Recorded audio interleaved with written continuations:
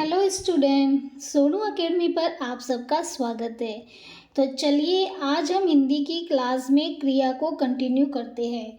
तो आप सबको पता है कल की क्लास में हमने क्रिया की परिभाषा और उसके दो भेदों को पढ़ा था। एक था सक्रियक क्रिया और दूसरा था आक्रामक क्रिया। तो आज हम सक्रियक क्रिया को पढ़ेंगे। सक्रियक क्रिया के भी 3 भेद होते हैं, ओके, जिसमें हमारा फर्स्ट है एक क्रमक क्रिया। तो देखिए यहाँ एक क्या लिखा हुआ है, यहाँ एक और यहाँ लिखा है क्रम। तो इसका मतलब हमें यहीं से पता चल रहा है कि इसमें एक ही कर्म होगा। कितना कर्म होगा? एक ही कर्म होगा। क्लियर? तो चलिए आगे पढ़ते हैं। वह वाक्य जिसमें एक ही कर्म हो उसे एक क्रमक क्रिया कहते हैं। जिसके उदाहरण देख लेते हैं। राम फल खाता है। दूसरा उदाहरण है गीता खाना खाती है। तो चलिए फर्स्ट एग्जाम्पल देखिए। सबसे पहले मैंने बोला था कि हमें क्या खोजना होगा? क्रिया। ठीक है, इसमें क्रिया हमारी क्या होगी? खाना, यानी कि खाता है, ये हमारी क्या है? क्रिया। ओके, राम फिर हमारे कर्ता। खाना खाने वाला कौन है यहाँ? राम। तो ये हमारा हो गया कर्ता। क्लियर? तो यहाँ मैंने बोला था कि कर्ता और क्रिया के बीच में हमें क्या लगाना है? क्या शब्द का प्रयोग करके प्रश्न बनाना है। राम क्या खाता है? तो हमारा आंसर मिलेगा हमें कि राम फल खाता है। ओके, तो हमारा आंसर आ चुका है। तो इसका मतलब यहाँ सक्रियक क्रिया है और वो भी कौन सी? एक क्रमक क्रिया, यानी कि इसमें एक ही कर्म हमारा आ रहा है। सेकंड देखते हैं, गीता खाना खाती है। तो खाती है ये हमारी क्या हो गई? क्रिया। खाने वाली कौन है? गीता। तो ये हमारी हो गई कर्ता। क्या लगा के बीच में प्रश्न करना है? तो गीता क्या खाती है? तो हमारा आंसर आ चुका है खाना। क्या खाती है? खाना। तो आंसर आ गया है। इसका मतलब यहाँ कौन सी क्रिया? सक्रियक क्रिया। और एक ही कर्म है तो फिर एक क्रमक क्रिया। ओके, चलो आगे देखते हैं। द्विक्रमक क्रिया। तो यहाँ देखो द्वि मतलब होता है दो, और कर्म मतलब जिसमें दो कर्म हो। ओके, तो चलिए इसकी परिभाषा देखते हैं। वह क्रिया जिसमें कर्ता एक ही होता है, यानी कि करने वाला, कार्य को करने वाला वो कितना होगा? एक ही, किंतु कर्म कितने होते हैं? दो होते हैं, उसे द्विक्रमक क्रिया कहते हैं। ठीक है, कर्ता होगा एक और कर्म होंगे उसमें दो। तो हमारे साथ ये कन्फ्यूजन होगा कि हम कैसे पहचान करें कि दो, जिसमें दो कर्म है। ठीक है, तो चलिए हम देखते हैं एग्जाम्पल।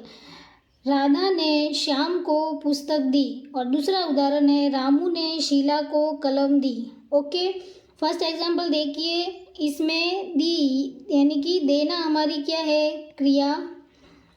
देने वाला कौन है? राधा, यानी कि ये हमारा क्या हो गया? कर्ता। तो राधा ने श्याम को पुस्तक दी। तो मैंने क्या बोला था कि हमें इसके बीच में क्या लगाना है? क्या चीज़ लगानी है? क्या क्या कर कर इसको प्रश्न बनाना है। राधा ने श्याम को क्या दी, है ना? तो क्या दी? पुस्तक। तो ये हमारा क्या है? कर्म। क्या है हमारा? कर्म। अब देखो, हमें पता करना है कि इसमें दो कर्म होने चाहिए। तो ये जो श्याम लिखा है ना, श्याम को, तो ये भी हमारा क्या है? कर्म है। क्या है? कर्म। इसको ध्यान रखने के लिए इनके बीच में को आना ज़रूरी है। ठीक है, दो कर्म आएंगे और लेकिन उनके बीच में को कारक जरूर आएगा। ठीक है, जैसे लिखा है राधा ने श्याम को पुस्तक दी। कर्म को, यानी कर्म को, यानी कि श्याम को पुस्तक दी। कौन सा कारक आ रहा है बीच में? को। दो कर्म के बीच में को कारक आना ज़रूरी है, ठीक है। इसके अलावा हम देखते हैं कि जो इसमें महत्वपूर्ण कौन सा कर्म है। तो हमारा जो महत्वपूर्ण कर्म था वो था पुस्तक, है ना। तो ये हमारा जो होगा वो मुख्य कर्म होगा। कौन सा कर्म होगा? मुख्य कर्म, ठीक है। ये अप्राणीवाचक भी होगा,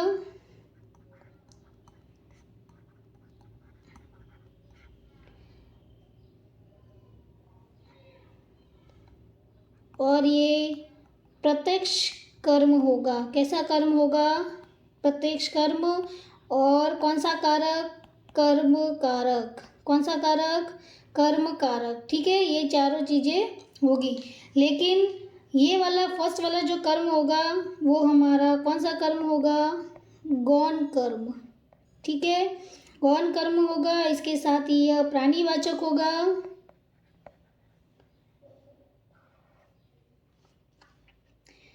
और यह अप्रत्यक्ष होगा, और संप्रदान कारक होगा। कौन सा कारक होगा? संप्रदान कारक, ठीक है। इसके अलावा और एक इजी बता देती हूँ कि फर्स्ट वाला जो कर्म होगा वो कर्ता के नज़दीक होगा। किसके नज़दीक होगा? कर्ता के नज़दीक, ठीक है। और दूसरा मुख्य कर्म जो होगा वो क्रिया के नज़दीक होगा। किसके नज़दीक होगा? क्रिया के नज़दीक, ठीक है। पहचान कर सकते हो आप। इसी प्रकार दूसरा देखेंगे, रामू ने शीला को कलम दी। तो इसमें क्रिया कौन सी हो गई? देना क्रिया, यानी कि दी। कर्ता क्या है इसमें? रामू। मुख्य कर्म कौन सा होगा इसमें? रामू ने शीला को कलम दी। तो क्या देना क्या है इसमें? ज़रूरी क्या चीज़ दे रहा है? कलम। तो ये हमारा क्या हो गया? कर्म, मुख्य कर्म। कौन सा कर्म? मुख्य कर्म। और गौण कर्म कौन सा होगा? शीला को, देखो पहचान, बीच में क्या लगा? को। तो यह हमारा ये वाला कर्म जो होगा वो हमारा गौण कर्म होगा। क्लियर? आपको ये समझ में आ गया? तो चलिए आगे बढ़ते हैं। थर्ड है हमारा अपुंसक्रमक क्रिया। तो इसकी डेफिनेशन जानते हैं कि जहाँ कर्म से संबंधित किसी पूरक शब्द की आवश्यकता रहती है। कौन से शब्द की? पूरक शब्द की। वह अपुंसक्रमक क्रिया कहलाती है। देखिए, बच्चों ने श्याम को सुंदर कहा।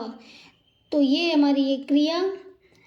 यहाँ लिखा है कर्ता कौन होगा? बच्चों ने। कहने वाले कौन है? बच्चे। किसको कह रहे हैं? श्याम को। और क्या कह रहे हैं? सुंदर। तो श्याम को, ये जो हमारा है वो है हमारा कर्म। क्या है हमारा? कर्म। इसी प्रकार देखिए, छात्रों ने, तो ये हमारा है कर्ता। किसको कहा है? सुरेश को। क्या कहा है? मॉनिटर बनाया। छात्रों ने सुरेश को मॉनिटर बनाया। तो बनाया ये हमारी क्या है? क्रिया। करता है छात्रों ने। और किसको बनाया? पूरक शब्द, देखो किसको बनाया? सुरेश को। तो ये हमारा होगा कर्म। इसमें ये मॉनिटर शब्द नहीं होगा क्योंकि ये तो इसको मॉनिटर बना रहा है। पूरक शब्द की आवश्यकता रहती है ना। तो इसमें सुरेश को, तो ये हमारा होगा कर्म। इसमें थोड़ा सा आपको ध्यान रखना पड़ेगा, यही चीज़ है आपको ध्यान रखने की। ओके, चलिए आगे देखते हैं। महत्वपूर्ण बातें जो हमें इसमें बहुत ध्यान रखना है। तो चलिए देखते हैं हम महत्वपूर्ण कुछ टिप्स है कि देखो, आक्रामक तथा सकारात्मक की पहचान के लिए मैंने बताया था कि हमें क्या लगाकर प्रश्न करना है, क्या लगाकर। अगर प्रश्न का उत्तर प्राप्त हो तो हमारी क्रिया होगी सकारात्मक, और हमारा उत्तर प्राप्त न हो तो वो क्रिया होगी आक्रामक। ओके, फिर प्रश्न बनाने के 3 नियम। प्रश्न कैसे बनाने हैं? तो सबसे पहले हमें क्या ढूंढना पड़ेगा? क्रिया। सेकंड हमें ढूंढना पड़ेगा कर्ता, और फिर दोनों के बीच में क्या लगाना है? क्या चीज़ लगानी है? क्या करके प्रश्न बनाना है। ओके, तो प्रश्न करने का नियम जो है इस प्रकार रहेगा, जैसे मैंने एक सेंटेंस ले लिया है। क्या सेंटेंस है? सुनीता नाच रही है। ओके, तो देखो, रही है हमारी क्या है? क्रिया, यानी कि नाचना। रही है तो नाचना हमारी है क्रिया। ये पूरा है ना, नाच रही है, नाचना यानी कि क्रिया। फिर कर्ता, इसमें नाचने वाला कौन है? सुनीता। तो ये हमारा क्या होगा? कर्ता। इसके बीच में क्या करके प्रश्न बनाइए, तो देखिए हम बनाते हैं, सुनीता क्या नाच रही है। तो क्या हमें आंसर मिल रहा है क्या? नहीं, आंसर नहीं मिल रहा। आंसर हमें क्या मिल रहा है? नाच कौन रही है? सुनीता, यानी कि कर्ता, और कर्ता जिसमें आंसर मिले वो हमारी होगी आक्रामक क्रिया। सेकंड क्वेश्चन, सेकंड एग्जांपल देखिए, राधा ने फल रखे। तो रखना यहाँ क्या है? हमारी क्रिया। किसने रखे? राधा ने। तो ये हमारा हो गया कर्ता। और क्या रखे? तो ये हमारे है कर्म, यानी कि फल। तो प्रश्न बनाइए, राधा ने क्या रखे? क्या रखे? ये हमारा है आंसर। क्या रखे? फल। तो यानी कि यहाँ हमारी जो क्रिया लगेगी वो होगी हमारी सक्रमक क्रिया। ओके, ये इतना ही है। सिर्फ आपको एक चीज़ में ध्यान देना है, अपूर्ण सक्रमक क्रिया में, वो थोड़ा हार्ड है। उसमें सिर्फ आपको ये ध्यान देना है कि एक पूरक शब्द होगा और उसकी आवश्यकता उसमें होती ही है, उसके बिना वो अधूरा होता है। तो चलिए दोस्तों, अगली क्लास में हम आक्रामक क्रिया के भेद पढ़ेंगे। ये क्लास आपको पसंद आई हो तो प्लीज़ इसे लाइक, शेयर और सब्सक्राइब जरूर करें।